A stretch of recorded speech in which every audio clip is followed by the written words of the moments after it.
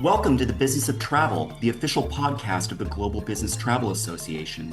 I'm Chris Ely, a Director of Research at GBTA, and I'll be your host for today's episode. And today, we're going to talk about our Business Travel Index, and we're going to look specifically at Europe, and we're going to dive into the European travel outlook using our recent data from the GBTA Business Travel Index. It's our annual global benchmark, and it's sponsored by Visa. Europe's a fascinating region for business travel because on the surface, Europe business travel spending has fully recovered and even surpassed 2019 levels. But underneath that headline, the story is much more nuanced. There's actually some slower growth, uneven country performance, and meaning changes into how travelers pay, book, and experience their trips. And to help unpack all this, I'm joined today by Romain Mialan, Sales Director for Europe at Visa. Visa is a sponsor of the GBTA BTI, and it's been an amazing partnership. We're going to talk about what the Europe data really says, how payments data adds context, and what travel managers should be paying attention to as we head into the next planning cycle. So welcome, Romain, and thanks for joining. Thanks, Chris. It's really awesome to be with you today. And you are absolutely right to call Europe fascinating because as we speak, there are really two different stories playing out at the exact same time. So on one side, yes, the headline recovery or the fact about this recovery is absolutely correct. But the why behind those numbers is shifting. And as soon as you combine this BTI insights with what we are seeing across actual payment behaviors, it gives you the full picture, ideal to head into the next planning phase. Absolutely. Well, let's start with the bigger outlet before drilling down into some more specificity.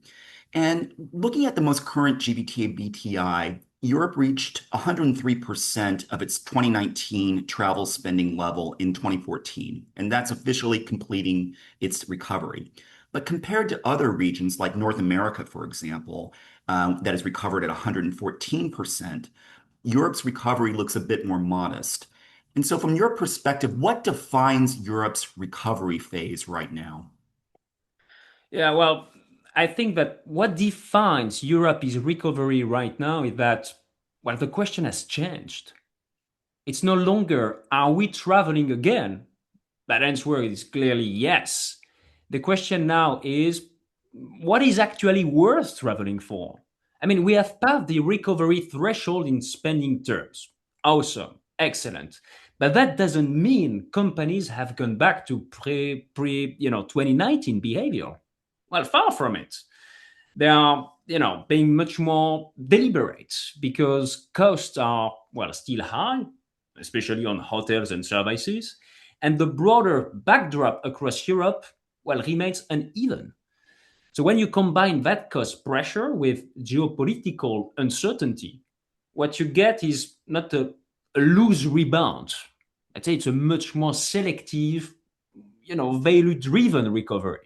And that's why optimization, has become so central. It's about prioritizing the trips that matter most, managing cost volatility, and using the data to make, well, smarter decisions trip by trip. Yeah, yeah, because that matches what we see in the BTI.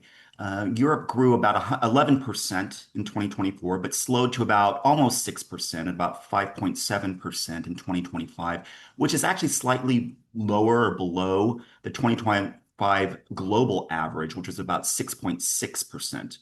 But one thing the BTI makes clear is that Europe is not monolithic as a region. And the fact is that six countries in Europe, Germany, the UK, France, Italy, Spain, and the Netherlands, those countries account for about almost two-thirds or 67% of Europe's business travel spending. So with that in mind, let's talk about divergence. Germany and the UK, as mentioned, they're the large drivers, but for very different reasons. Do you have any thoughts around that, Ramin? First, I think it's a great reminder that treating Europe as a, like you said, single monolithic market just, well, doesn't really work. I mean, Europe is highly fragmented as a market. You are dealing with distinct economies and very unique business cultures.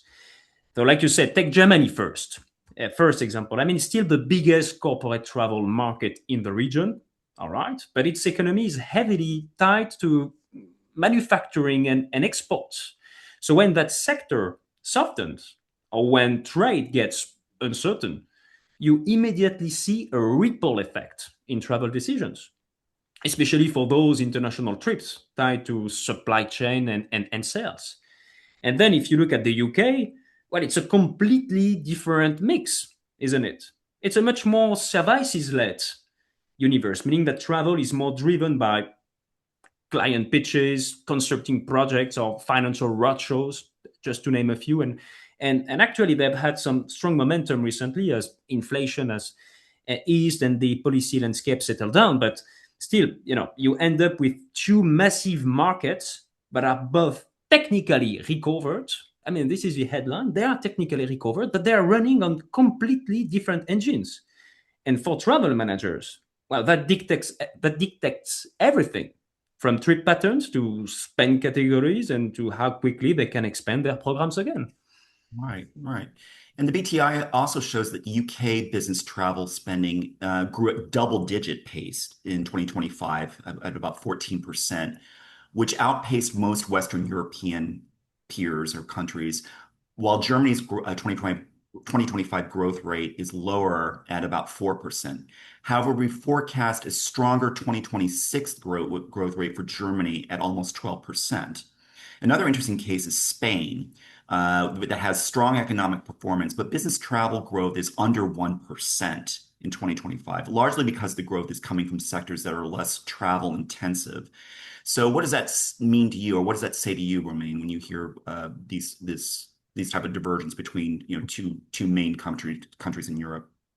Well, that is precisely where payments data add the extra layer of context, Chris. I mean, it really helps you see whether economic growth actually translates into travel activity or if it just stays local. I mean, take Spain, like you just mentioned. You can have these really positive economic indicators, all right. But if that growth is coming from domestic facing services mostly, it's not just going to generate the same cross-border meetings or project travel has an export heavy industry. Of course, I mean, it boosts the GDP, 100% clear on that, it does, but it doesn't necessarily put people on planes, particularly cross-border and long-haul planes. And that's the beauty of looking at the spend patterns and frequencies across available data and the BTI, because it allows you to clearly distinguish between what I'd like to call growth that moves people and growth that stays local, which actually is a metaphor that I heard from you first, Chris. Love this one. And for travel managers, having that level of detail is invaluable. It helps them set realistic, expectations, and it tells them, well, exactly where to focus their efforts, whether that's tweaking travel policies or negotiating differently with their suppliers, for example. Let's talk about spending behavior because the BTI is a spending forecast. And according to the BTI, the traveler survey, we layered on a survey of business travelers to the BTI.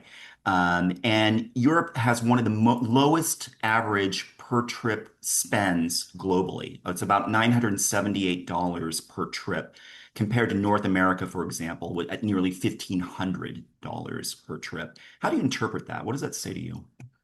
Well, it's really a striking difference, isn't it, Chris?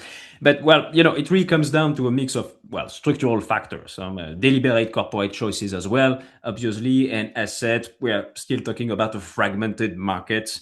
This is Europe, so Europe just has a different travel profile. Let's put it this way: first, trips are shorter, which is what the report teaches us. They are also more regional and much more rail heavy than in North America. So the cost base is naturally lower when you consider all of those elements together than in a market built around long haul travel. And on top of that, Chris, European companies also have traditionally run pretty disciplined travel programs. Travelers here are generally used to tighter rules around hotel choice and class of service, for example. But this is a paradox, or here is a paradox. Lower average spend, well, doesn't mean lower pressure. And if anything, the pressure feels more intense than ever right now. Actually, we're seeing a real jump in cost sensitivity because hotel prices and actually everyday expenses like food and beverage, well, they are still stubbornly high in major cities. And lodging sits at the center of that conversation because of must trips. It's the biggest line item. So travel teams are not just, I think, looking at the final bill anymore. They're asking, are we actually getting the right value for this spend? And that creates friction for the traveler and for the approver, of course. Particularly, even today, a small rate increase can push a trip out of policy very quickly. Right.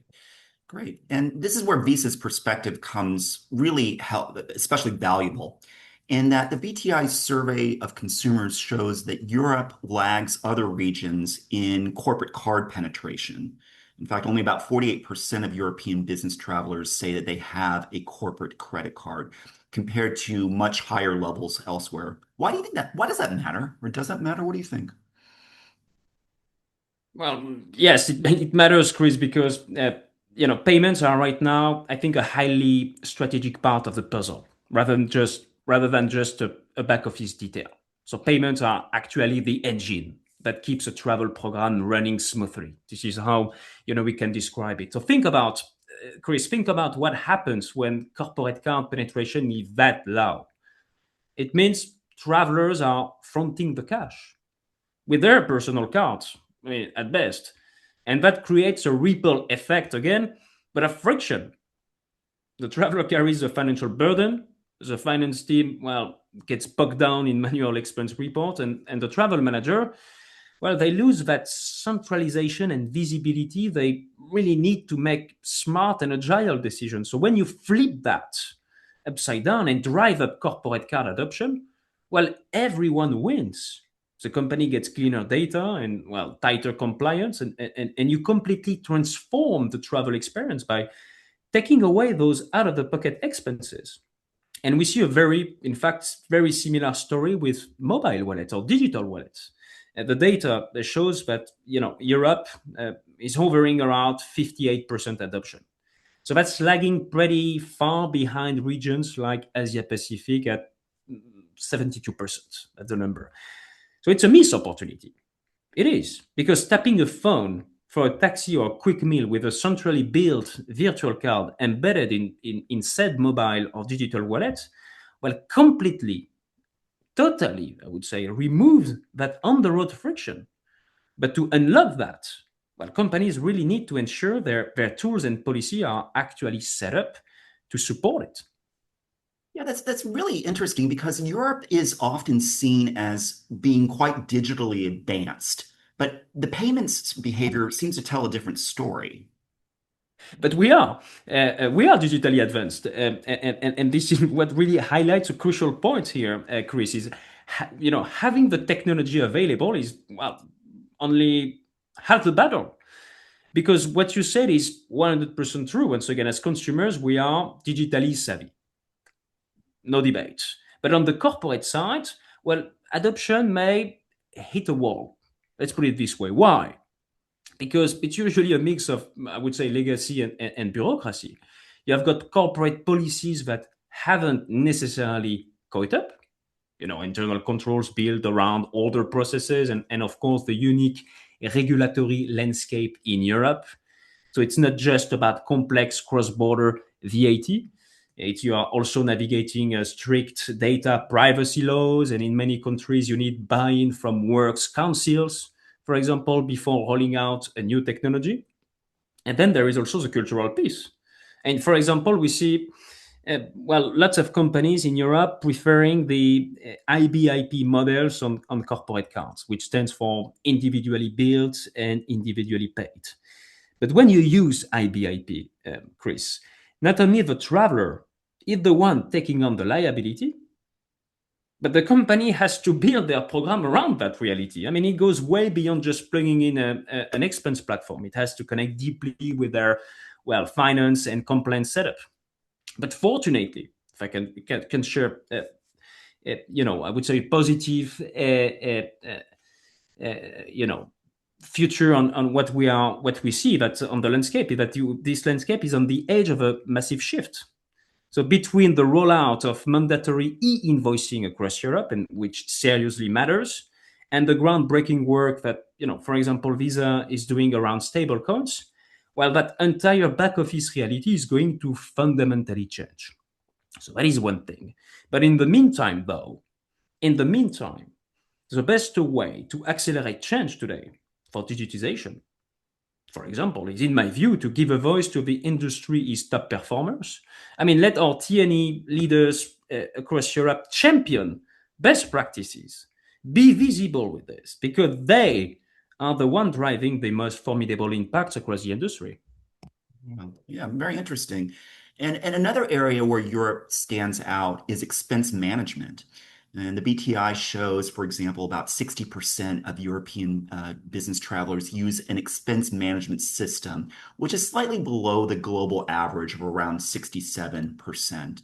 Yet across regions, travelers they consistently cite the time-consuming expense reports and delayed reimbursements as major pain points.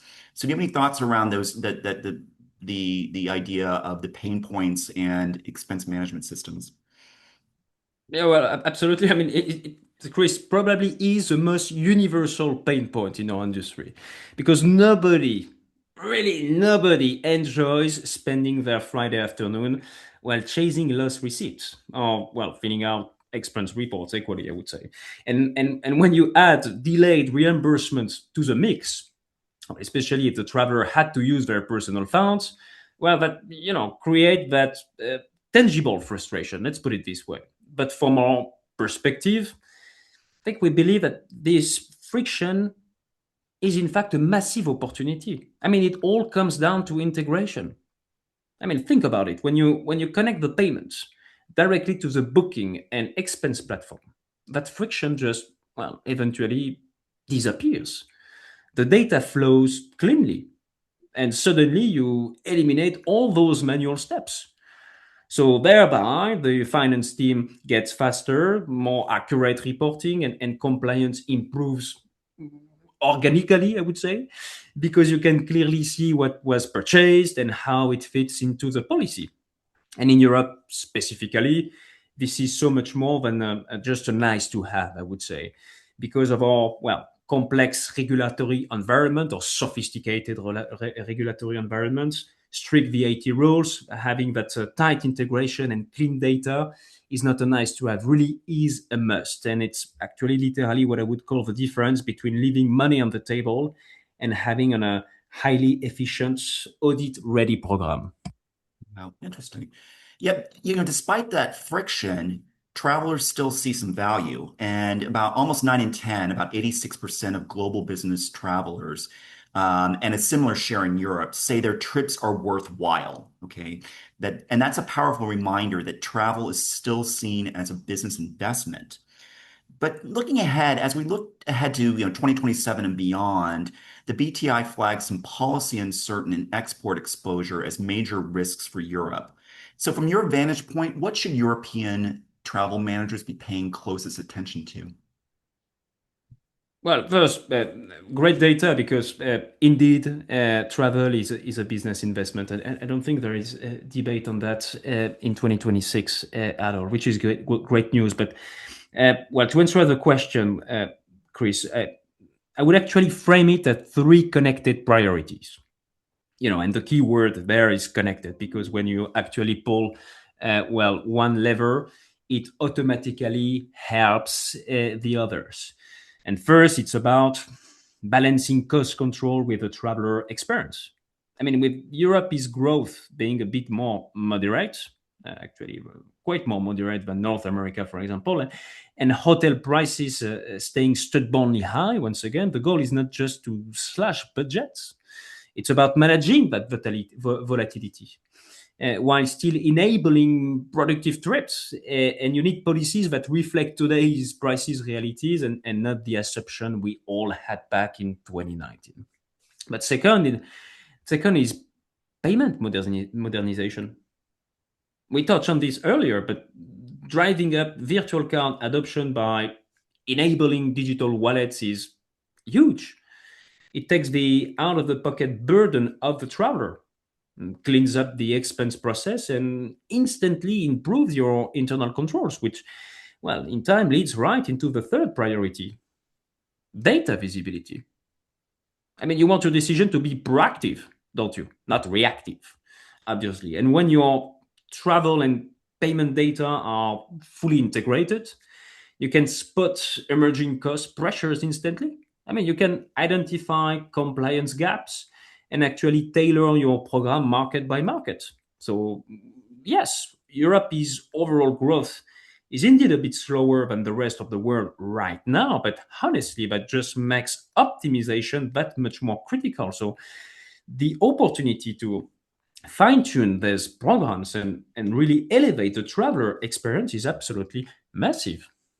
Yeah, that's a great way to frame it. Thinking about Europe, it might not be the fastest growing region per se, but it's one of the most strategically important and one where smarter decisions can make a real difference, it sounds like. Well, I mean, and building on that, Chris, there is a crucial under the hood dynamic in the BTI that I believe we have to talk about. I mean, we are seeing that overall spending can be up, sure, while actual trip volume is lagging behind, simply because of price increases. So when you read the report, you see that it's a massive reminder that we have to separate the budget from the activity. I mean, in an inflationary environment, those two things can move in completely the opposite direction, don't they? Again, well, take lodging, for example. If average daily rates are through the roof, well, your total spend might look fully recovered. But if you look at the actual volume, I mean, the number of nights your team spend in a hotel, it's a completely different story, isn't it? You are essentially spending more, all right, but traveling less. So the question is, what's a practical move here for travel managers? I'd say that travel managers need to take this BTI spend trends and pair them with their own operational KPIs. I mean, you have to look at trip counts, length of stay, advanced purchase windows, and average daily rates. And when you put all of those pieces together, you can finally pinpoint exactly what's driving the change. Is it price? Is it policy? Or is it actual demand? And that is what gives you the power to respond with the right mix of sourcing, policy tuning, and traveler guidance, rather than just reacting to the headline number. That's true because one thing that also jumps out in this vein is that the BTI shows that Europe's average spend per trip is comparatively low. And you'd mentioned shorter trips and more regional travel. But from your perspective, what does that mean for how programs should think about rail versus air in Europe? Because rail is a larger component and more extensive in Europe than many other parts of the world.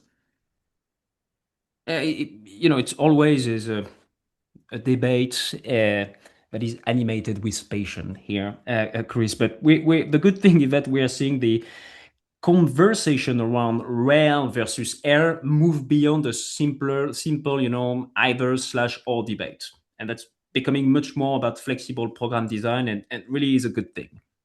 Because it really comes down to asking, for which specific city pairs does rail actually deliver the best mix of cost, efficiency, and traveler experience? Because let's be honest with yourself. When you factor in the true end-to-end travel time, getting to the airport 2 hours early, if not more, standing in security, dealing with the transfers on both ends.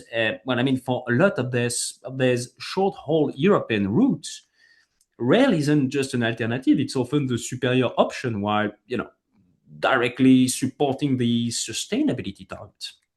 But here's a catch. There's a catch always.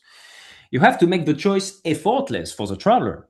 I mean, you need crystal clear policy thresholds like setting a maximum distance or journey time, and that rail inventory actually has to show up right where travelers are booking.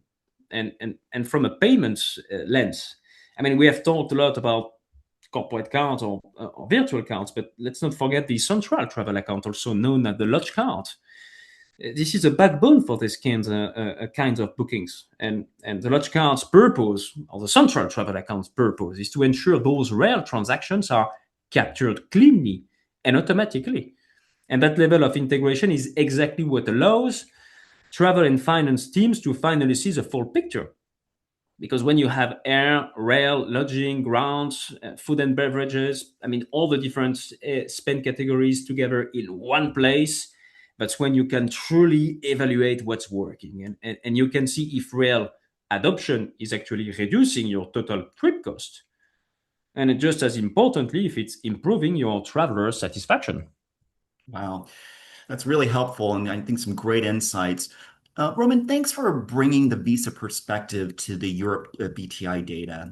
The GBTA BTI gives us sort of a macro view, but payments data really helps explain the why behind the numbers. Well, thank you. Thank you so much for having me, Chris. It's been an absolute pleasure, and you nailed it. And the macro numbers tell us exactly where we are. But the payments data tells travel managers what to do next. And I really enjoyed unpacking all of this with you today. Thank you very much, Chris. Well, thank you again, Romain. It's been wonderful working with you, and I look forward to continuing our conversation about business travel spend from the BTI going forward with you and your colleagues at Visa. And you've been listening to The Business of Travel, the official podcast of the Global Business Travel Association. For more information about GBTA and its work, visit gbta.org. And be sure to rate and review us wherever you get your podcast. Until next time, thanks for listening.